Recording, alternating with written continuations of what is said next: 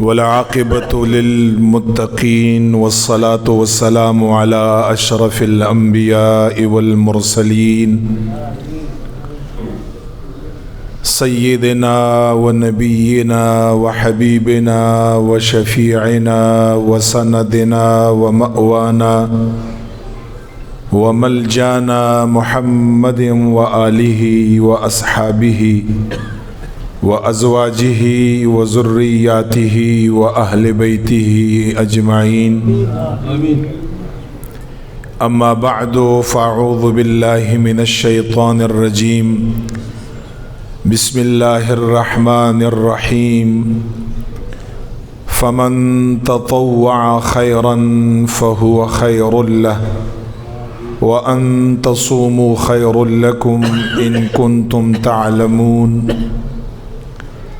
صدق الله العظيم وصدق رسوله النبي الكريم الأمين ونحن على ذلك لمن الشاهدين والشاكرين والمطمئنين والحمد لله رب العالمين. وقال رسول الله صلى الله عليه وسلم وما يزال عبدي يتقرب إلي بالنوافل حتى أحبه رواه بخاري أو كما قال عليه الصلاة والسلام إن الله وملائكته يصلون على النبي يا أيها الذين آمنوا صلوا عليه وسلموا تسليما. درود پاک اللهم صل على سيدنا محمد وعلى آل سيدنا محمد صلاة دائمة مقبولة تؤدي بها عنا حقه العظيم. الصلاة والسلام عليك يا بشير، الصلاة والسلام عليك يا نذير، الصلاة والسلام عليك يا نبي الأمة، الصلاة والسلام عليك يا نبي الرحمة وعلى آلك وأصحابك يا سيدي يا محبوب رب العالمين. ډیرو عزتمندو مشرانو کشرانو همزولو معشومانو محبینو ټولو ته السلام علیکم ورحمت الله وبرکاتہ. محترم حاضرینو، اسلامی پنځمه میاشت جمادی الثانی نن د هغې شلمه ورځ ده 20 جمادی الثانی. الہ العالمین د زمونږ او ستاسو ټولو مسلمانانو په حال باندې رحم او کرم وکړه. زمونږ او ستاسو ټول ګناهونه الله تعالی معاف کړه. خدای پاک جل جلاله د زمونږ او ستاسو له د خپلې بندګۍ او د اطاعت توفیق راکړه. محترمو عزتمندو، نن په یو ډیر اهمه موضوع باندې ستاسو په وړاندې مختصر د احادیثو په رڼا کې یو څو خبرې وړاندې کوم. الہ العالمین دې زموږ او ستاسو دپاره باعث د ثواب وګرځي او د هغې نه پس الله تعالی موږ له په دې باندې د عمل توفیق راکړي. نن زمونږ او ستاسو موضوع ده نفلی عبادت اجر او ثواب. او دا په دې غرض باندې د نفلی عبادت چې کوم دی یو فرضی عبادت دی، هغې نه علاوه چې څومره عبادات دي هغې ته نفلی عبادات ویل کېږي. او دا په دې غرض باندې ارته بیانوم چې انسان د نفلی عبادت اجر او فضیلت او ثواب نه خبر شي، نو بیا هغې نه انسان اندازه کولی شي چې دا کوم فرضي عبادت دی د دې به څومره اهمیت دی. چې کوم فرضی عبادت ته د دې به څومره اجر او ثواب وي، چې په نفلی عبادت باندې الله تعالی انسان نا خپل بندنا دومره خوشالګي دومره رضامندۍ اظهار کاو د دومره لویو ثوابونو اعلان الله تعالی کړی دی نو تاسو اندازه بیا نشئ کولای چې کوم زمونږ او په تاسو باندې د الله جل جلاله د طرفنا فرضی عبادات دي که یو انسان د هغې اهتمام کا او د هغې خیال ساتي د هغې د قضایې نه ځان ساتي قضا کیږي ترېنه نه کوشش کوي چې هغه په خپل ټیم باندې ادا کا نو هغې به څومره اجر او ثواب وي په دې نیت باندې نفلی عبادت لږ اجر او ثواب درته بیانومه او ګوره صاحبانو دا یاد لرئ په ژوند کې په زندګۍ کې لږه ځان سره د نفلی عبادت ذخیره هم لږه ځان سره وساتئ دا زمونږ او ستاسو چې کوم ژوند او زندګي ده په دې کې به مونږ او تاسو چې کوم فرایض دي یا واجبات دي هغه خو سوال نه پیدا کوي چې زمونږ او تاسو یې پریدو او کرانه پاتې شي انسان کمزورې دی نو بیا د هغې قضا ده نبی علیہ السلام مبارک په حدیث کې هم فرمایي چې کله انسان نه پاتې شي یا کله انسان نه هیر شي نو فلیصلها اذا ذکرها نبی علیہ السلام فرمایي چې کله دریاد شي د هغې قضا وکړه هغه مه پرېږده دا خو اسیم ضروری ده خو د فرضونه علاوه چې څومره نفلی عبادت دی هغې اهتمام وکړئ هغې هم خیال ساتئ هغې لم ټیم ورکړئ په هغې باندې انسان نه الله جل جلاله خوشالګي ډیر ثواب انسان ته په هغې باندې میلاویږي او دا هر انسان له پکار دی چې په خپل ژوند کې مونږ او تاسو سره د نفلم د هغې د عبادت هم د نفلو د ثواب هم مونږ او تاسو سره یو لویه ذخیره وي پکار ده چې ما او تا سره وي که چېرته سبا په ورځ د قیامت باندې زما او ستا په فرضو کې څه کمای راشي خدای پاک جل جلاله با دا نفلی عبادت د زما او ستا د پاره په فرضو کې حسابوي د دې ډیر اهمیت دی نو چې تاسو نفلی عبادت اهمیت اندازار ته ولګي ان شاء الله تعالی فرضی عبادت نه به هیڅ کلم مخ نه اړوي هغه خو بیا خامخا لوی دی فرضی عبادت خو بیا خامخا کمال والا دی هغه خو بیا خامخا ثواب والا دی هغه خو خامخا اجر والا دی باقي خو بیا خامخا الله جل جلاله انسان ناراضه کیږي نو دی وجنا د دغه عبادتو اهتمام هم کوي ګورئ یو وی فرضی عبادت چې هغه مونږ او تاسو ته معلوم دي پنځه وخته مونځ دی په ورځ کې په کال کې یو میاشت روژه ده په کال کې یو ځل فرضي زکات دی په ټول عمر کې یو ځل حج دی دا د زمونږ او ستاسو فرضي عبادات دي د فرضي عباداتو نه علاوه چې څومره عبادات دي هغې ته ویل کېږي نفلی عبادت ځکه نفل معنا دا هغه عبادت چې د فرضو نه علاوه وي بس هغې ته نفل بیا په هغې کې اقسام دي یو داسې عبادت چې هغې ته سنت مؤکد ویل کېږي یو داسې عبادت چې هغې ته سنت غیر مؤکد ویل کېږي یو داسې عبادت چې هغې ته مستحب او مندوب ویل کېږي یو داسې عبادت چې هغې ته مباح ویل کېږي یو داسې عبادت چې هغې ته نفل په نوم باندې ما او تا نوم اخلو هغې ته نفل ویل کېږي نو فرضونه علاوه چې څومره عبادات دي هغې ته ویل کېږي نفلی عبادات او بیا په هغې کې په خپل ځای باندې د هر منځ خپل نوم او خپل فضیلت دی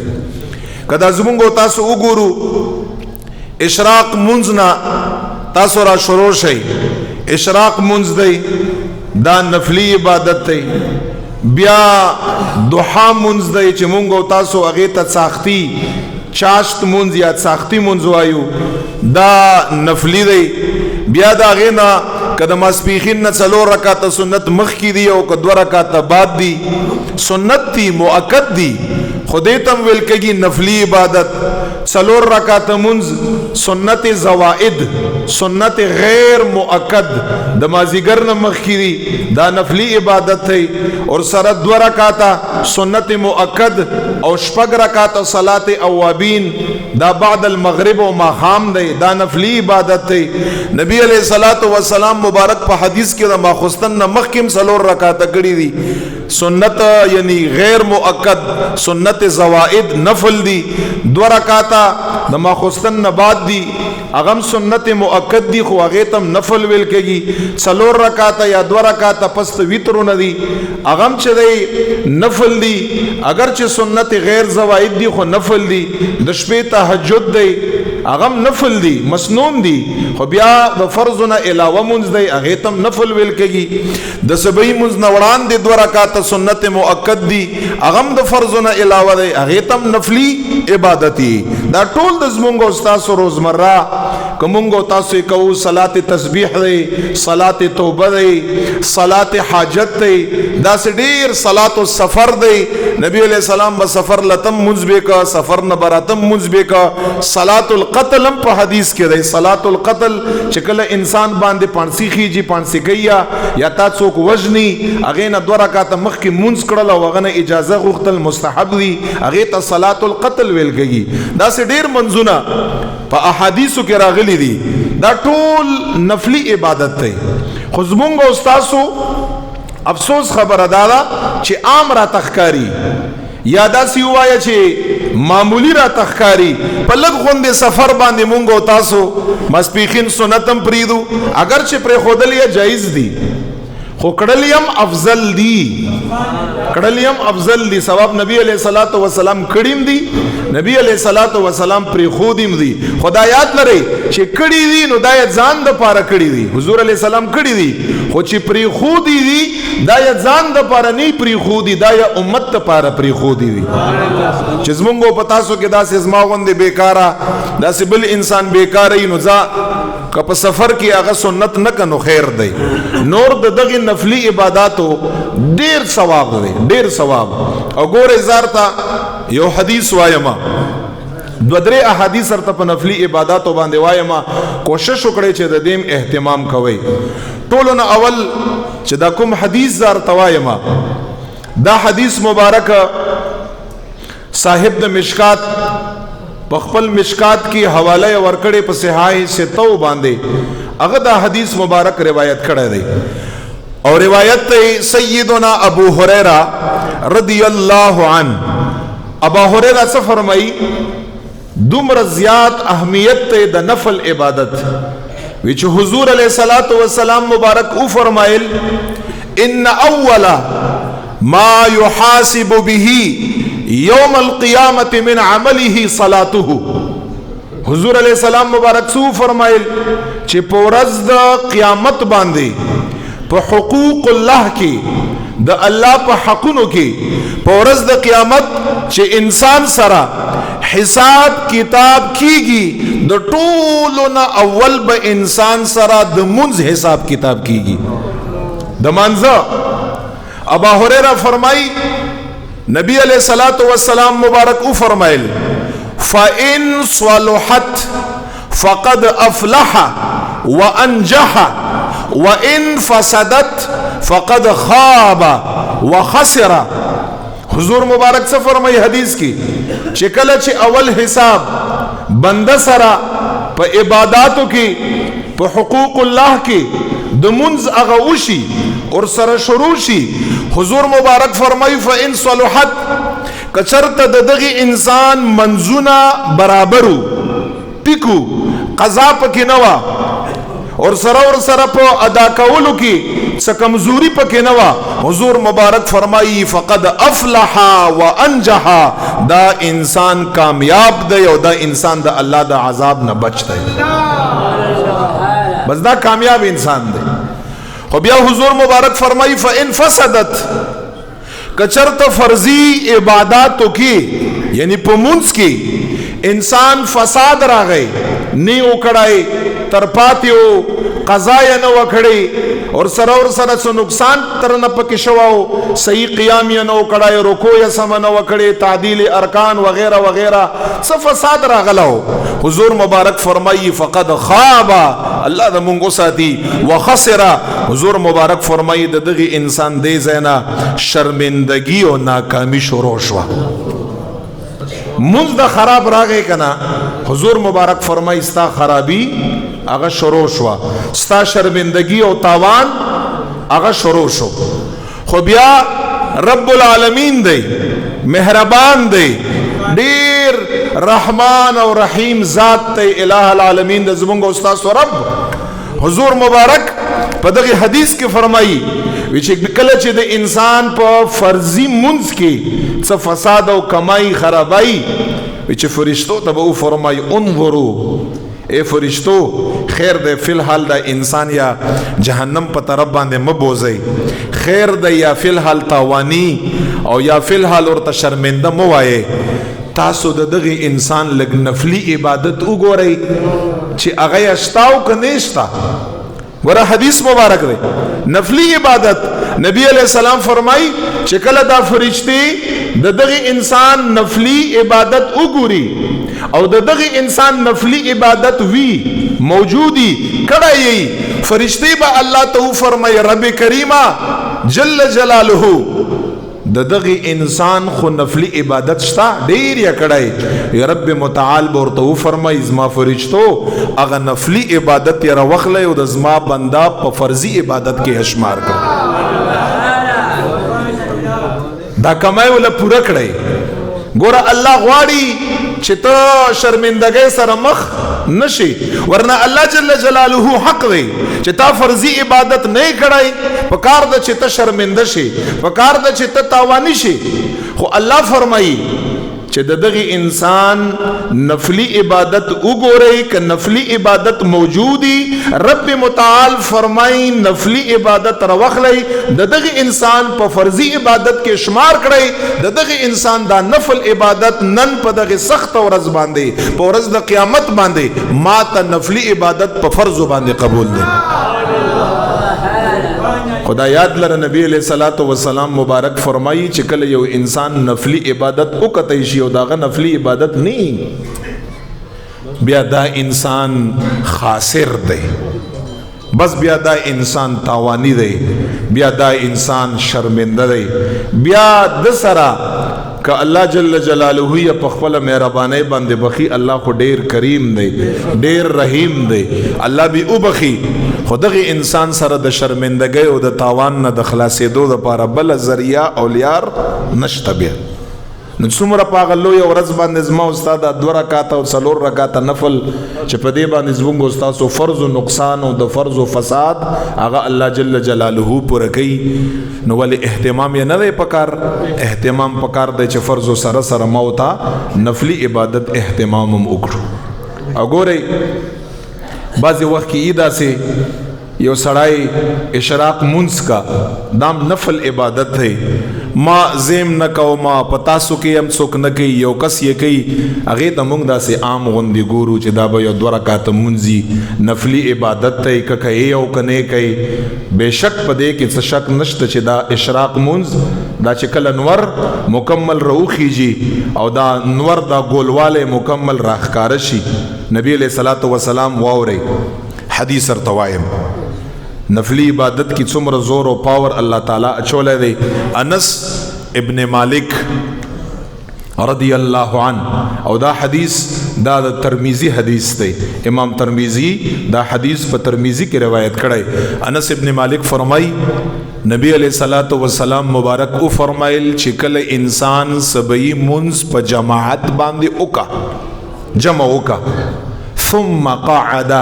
يذكر الله بیا د سبعی منز نه بعد التکینی او الله یادی ذکر کا ار یو ذکری درود پاکم دا الله هم ذکر دی رسول الله هم ذکر دی یا صرف د الله ذکر کا لګیایي دی لګیایي حتی تطلع الشمس تر دې پورې چې نور راوخیږي مکمل او دې ناس دی ثم صلى رکعتين 2 رکعات ازموستا څومره ټیم په لګي 2 منټه یا 3 منټه یا ډیر په اهتمام باندې انسان 2 رکعات کا 5 منټه ثم صلى رکعتين بیا په موغه کې ناس دی او صرف 2 رکعات منځ یوک دې ته ویل کېږي اشراق منځ کم از کم 2 یا 4 رکعات خو کم از کم 2 رکعات یوک حضور علیہ السلام حدیث الفاظ واوري په دغه نفل باندې مونږ او تاسو پر څومره ثواب دی حضور علیہ السلام فرمایي کانت له کاجر حجه وعمره حضور مبارک فرمایي په 2 رکعاتو باندې تاسو شی وګاټه په نفلو د اشراق منځ نفل منځ دی په 2 رکعات باندې حضور مبارک فرمایي د دې اجر یو قبول شوی حج او د عمره دی بیا بچا په ذهن کې راتلای چې دا عمره او حج ثواب بلګ غوندې کمی او هغه بلګ غوندې زیاتی په حدیث کې 3 پیر الفاظ رسول الله پسې دا ویلي دي تامتن تامتن تامتن حضور مبارک فرمای هغه حج چې ته 1 لک روپۍ ولګي او په اخلاص باندې وکړي اکثر پاغي کې انسان نه ریام راځي خو چې په اخلاص باندې وکړي او څنګه ثواب یې دی څومره ثواب د هغه حج دی چې دغه 2 رکعات نفل وکړي الله د رضا لپاره وکړي بعینه د دغه حج ثواب د هغه حج بالکل برابر دی نبی علیہ السلام فرمایي 3 پیری ستا شک ختم ک تامتن پورا ثواب وی ګوره د حج او د عمره تامتن پورا ثواب دی د حج او د عمره تامتن 3 پیر نبی علیہ السلام او فرمایل چې چرته په ذهن کې د بیام را نشي او ته دا وایي چې رکی دی شي دی حج کې بلګ غوندې ثواب کمی نه حضور مبارک فرمایي سیم ټو سیم بالکل برابر 19-20 ثواب د دغه حج په ثواب کې او د هغه حج په ثواب کې نشتا انسان ته ملاوي تاسو اندازه وکړئ 2 رکعات نفل اوس دې ته تاسو سوچ وکړئ چې یو انسان روزانه بنیاد باندې 2 رکعات که سړی نوم نه ګټي یو خو سړی چې نظما نومم چې د حاجی شي پرې د مونږ ثواب سره کار دی دا سړی چې حج لازم دا خو نوم د پاره نه زی ثواب د پاره زی تو وایا چې ته روزانه 2 رکعات صلات اشراق کوي او استاد سلويخ 50 کالم عمرې په سینکړو تعداد کې پنامه اعمال کې دستا حجونه را لو په سینکړو تعداد باندې استا پنامه اعمال کې قبول شوی عمره را لې قیامت پر ورځ باندې چې کله یو کس راوستي شي او غل نامه اعمال ورکا الله تعالی ورته فرمای دا لګو ګورا ځان نه هم شهر پسې نه دی چولای چې ګوند ظلم عمر سره کړه لګي وګورا نو چې کله نامه اعمال هغه سړی ګوري نو په دې کې به حجونه ویني حجونه عمره دی به حیران شي دی به وي خدای پاک ما خدا حجونه عمره نه دی کړی ځکه چې ما او تا خو حج او عمره صرف دی ته یو چې حج او عمره لاړ شو دا خو دومره ډیر حجونه عمرې دي الله برتو فرمای دا د اغه د صلات اشراق او د دې او د دې او د دې چې کوم الله تعالی دا د ټول د اغه حجونه عمرې دي چې الله ته هر کړای نه او الله تعالی ستا په نامه اعمال کې لیکلي ته به وګوره اوه نبی علیہ الصلوۃ والسلام مبارک امام مسلم په خپل کتاب مسلم شریف کې یو حدیث روایت کړی دی نبی علیہ السلام مبارک یو صحابي دی ربيعه بن كعب الاسلمي دا دومره بختور صحابي او ربيعه چې د مبارک به نبی علیہ السلام مبارک سره شپه تیروله دی فرمایي چې كنت ابيت مع رسول الله صلی الله علیه وسلم چې ما به نبی علیہ السلام مبارک سره شپه تیروله او صد پاره فاتيته بوضوئه چې ما به حضور علیہ السلام مبارک له د شپې د تهجد اوبر اخیشته بعد از ما ډیوټي وا حضور مبارک براکې ناست مسواک مبارک به هغه به علما رواخیشته کوزه به او به وي څه شی بچو ما بشپې او په داسې ټیم کې او بیا امام الانبیاء دغه ډیوټي علیه الصلاۃ والسلام دا ربيعه بن كعب اسلمی سے فرمای ما کړه مسلم صاحب د مسلم فرمای چې بس دا اوبه به ما راخیشته حضور مبارک به او دس کا منځ به کا ما ته به ډېرې دعاګانې کړې ربيعه فرمای ربيعه کله کله به حضور مبارک دا خدمت ته به وکاتاو دا رحمت به په جوش کې راته کله کله ربيعه فرمای ربيعه چې ما ته نبی علیہ الصلوۃ والسلام مبارک فرمایل اے ربيعه صل یو شپې راته وی ربیعه نن چې څه معنی غواړې وی غواړه دا یو داسې وایي یو چانس نن چې څه غواړې معنی وغواړه ربیعه سے فرمائی وی چې قلتو ما ورته فرمایل اسألک مرافقتک فی الجنه یا رسول الله مبارک تا ما ته وی چې څه غواړې وی غواړه یا رسول الله مبارک په جنت کې تا سره ملګرتیا غواړم بس چې زه تا سره سیم تا سره زیو زایم په جنت کې هغه نه پس نبی علیہ الصلوۃ والسلام ته پته و چې دا به اسم خادم دی صحابي دی ما سره په جنت کې نبی علیہ السلام سور ته فرمای او غیر ذالک ربیعه دین علاوه څه غواړه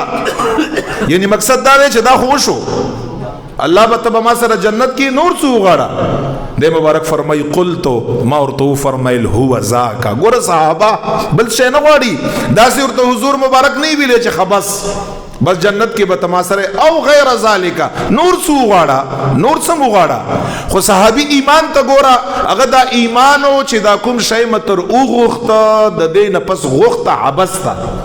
نور څه شی غواړم در چې ما ورته فرمایل هو ذاک یا رسول الله بس زوم دا غواړم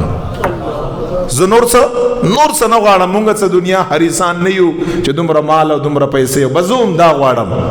وی چې کلم دا راته وی نبی علیہ الصلوۃ والسلام راته فرمایل اے ربیعه فاعنی علی نفسک بکثرة السجود یو کار به وکړي نور به ان شاء الله ما سره کوشش دا کوي چې څومره نفلی عبادت کولای شي دومره نفلی عبادت وکړي ډېر سجدي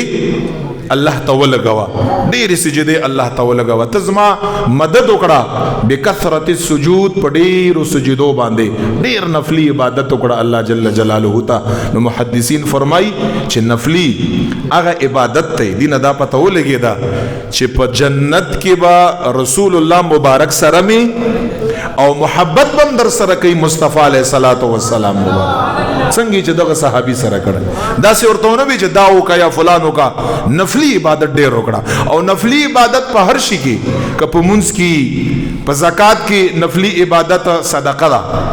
په روزه کې نفلی روزي دي په مونږ کې نفلی مونږ دی په حج کې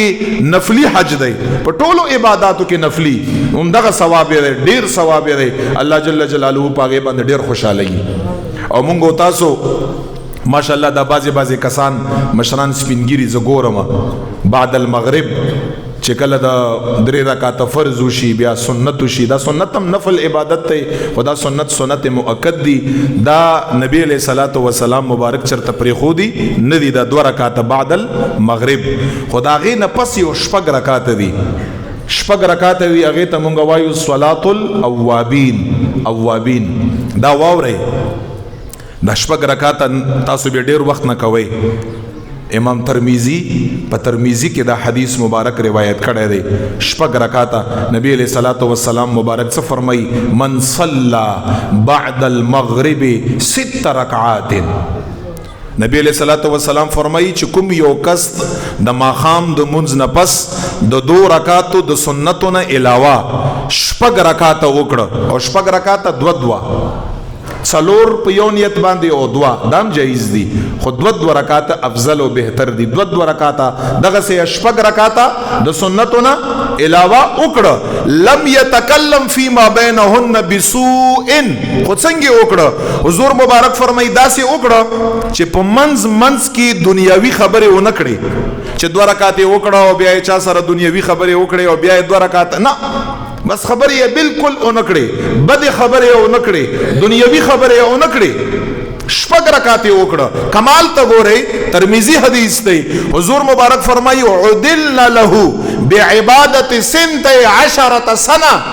نبی علیہ السلام فرمایي دا شپږ رکعات منځبا رب کائنات دغه انسان د پاره په 12 کال عبادت باندې قبول کړ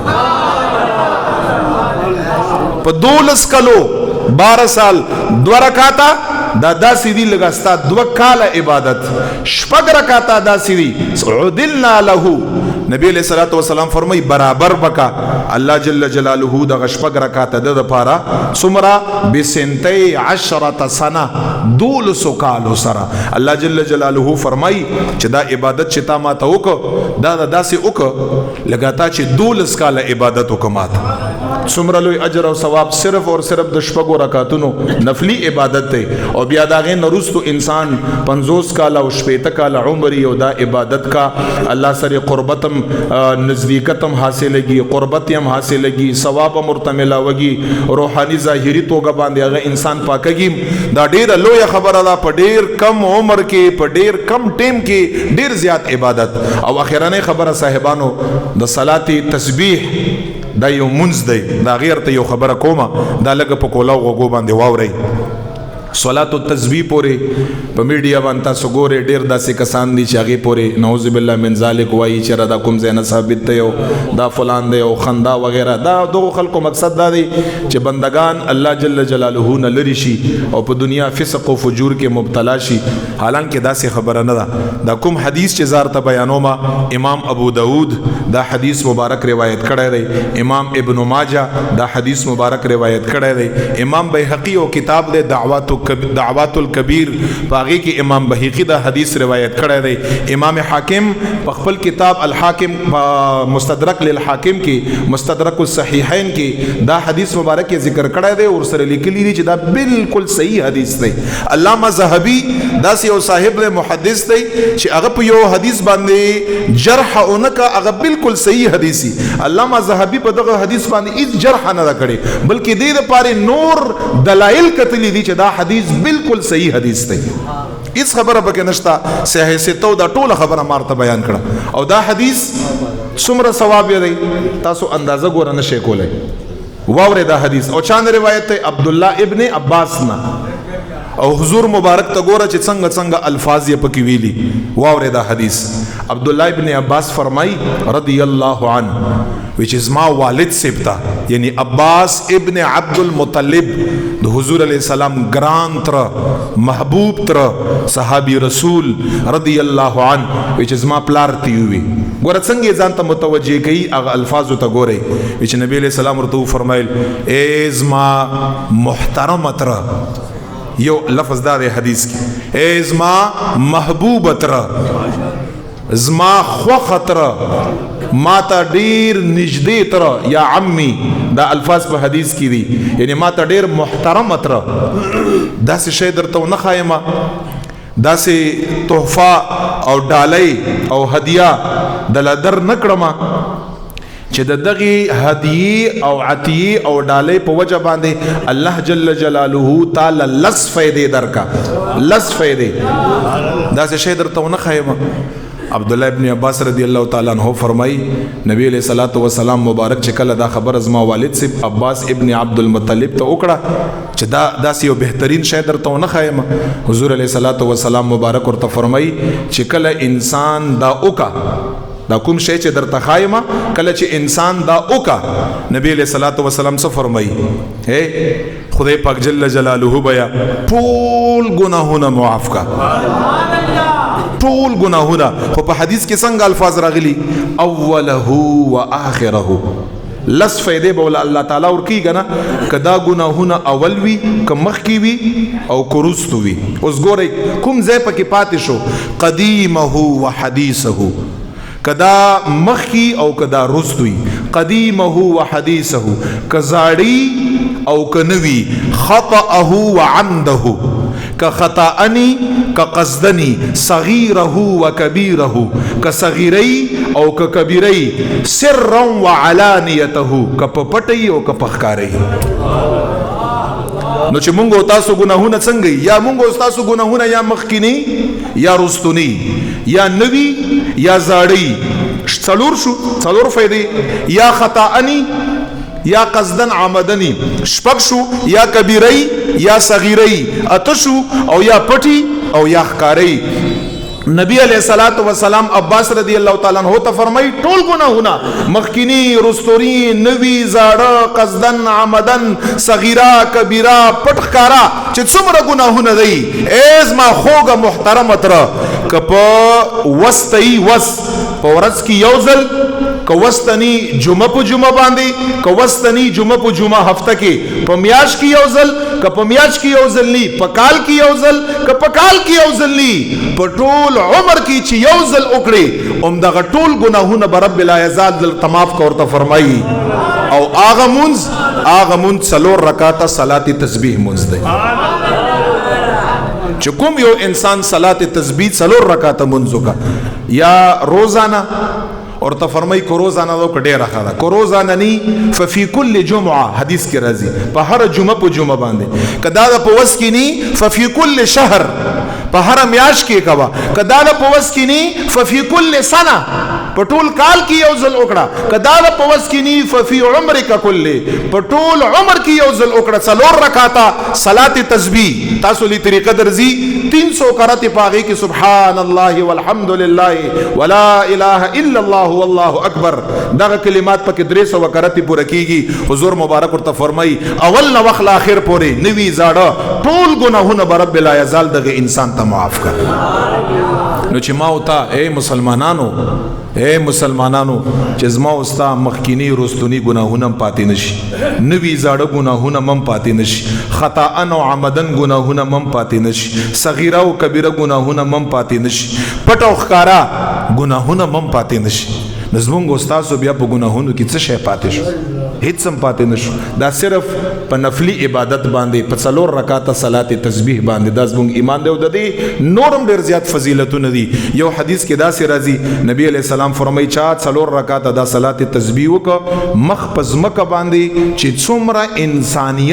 انسانیت مخ په ځمکه او په هغه انسانانو کې څومره خطاکار خلک دي ګناهګار خلک دي دا ټول خلکو ګناهونه چې راجمع کړي یو انسان په ځان لباندې د هغه ټول خلکو نم ګناهونه زیاتی نبی علیہ السلام فرمایي ټول انسانیت ګناهګار د ټول ګناهونه راجمع کړه چې څومره ګناهونه تر جوړيږي یو انسان په ځان لا دا ټول ګناهونه زیاتی او څلور رکعاته او نبی علیہ السلام فرمایي دا بم ټول ګناهونه الله معاف کړي په مثل د اسمان د ستوري ماپ بیکا په مثل د ذراتو د ریګي ماپ بیکا دا ټول احادیث صلات التسبیح په بابت کې راغلي په ټول عمر کې چې یو ځل وکړي نو زه خو یم چې په ورځ کې هم آسان دی خو په ورځ کې نه کم از کم جمعه په جمعه باندې ما نن د جمعه ورځ نه موتایا کړی شو او په جمعه کې نه په میاش کې دا غینه آسان دی او په میاش کې نه په کال کې دا غینه آسان دی او په کال کې نه په ټول عمر کې یو ځل زم چې دا اچا د پانم دا ګران نه دی دا نفلی عبادت دی نفلی عبادت که په هر شکل کې دي تا کم مګوري که اشراق مونږ دی که ساخت مونږ دی ساخت مونږ چاشت مونږ تاسو ورته وای نبی علیہ السلام فرمایي چې انسان چې کله سبئی کا مشکات حدیث دی په بدن کې 380 بندونه دي جوړونه 360 نبی علیہ السلام فرمایي په هر سبئی باندې پکار د چې انسان د هر بند نه صدقه ورکا هر بند نه صدقه دا ډیر ضروری شی دی 360 هر بند نه صدقه ورکا صحابه ورته فرمایل من یطیقو ذالک یا رسول الله مبارک د دې طاقت چا دی څوک په هر سبئی باندې د 360 بندونو نه صدقه ورکول شي دا ډېر ګران کار دی اخر حدیث کې نبی علیہ السلام ورته فرمایل 2 رکعات ساختی منځ وکړه اے صحابي 2 رکعات ساختی منځ دا داسې شوا لګا انسان چې روزانه د 360 بندونو نه صدقه او خیرات ورکړي دا داسې الله فرمایي ما ته په دې ثواب باندې قبول نو دی وجنه کوشش وکړئ زما خبرې په دې باندې اختتام ته ورسېدې چې کوم نفلی عبادت دي څومره ثوابونه یې دي څومره چې اهتمام کولی شي وکړئ وخت مه ضایع کوئ ډېره نفلی عبادت ذخیره ځان سره ملګرې کړئ چې قیامت په ورځ هم په فرضو کې څه کمایي چې الله جل جلاله موږ سره څه نه څه ذخیره موجودي چې خدای پاک یې راله په فرضو کې حساب کا اول خو دعا ده الله د موږ په فرضو کې نقصان مه راولي او کرام شي او ان شاء الله موتا سره نفلی عبادتي په ورځ د قیامت به الله تعالی نفل په فرضو کې حدیث په بنیاد باندې ان شاء الله هغه به کې حسابي الله تعالی لمونږ له نفلی عبادت توفیق راکا واخر دعوانا ان الحمد لله رب العالمین ټول یو کرته رسول الله مبارک باندې درود پاک وای اللهم صل علی سیدنا محمد و آله و عطرته بعدد كل معلوم لك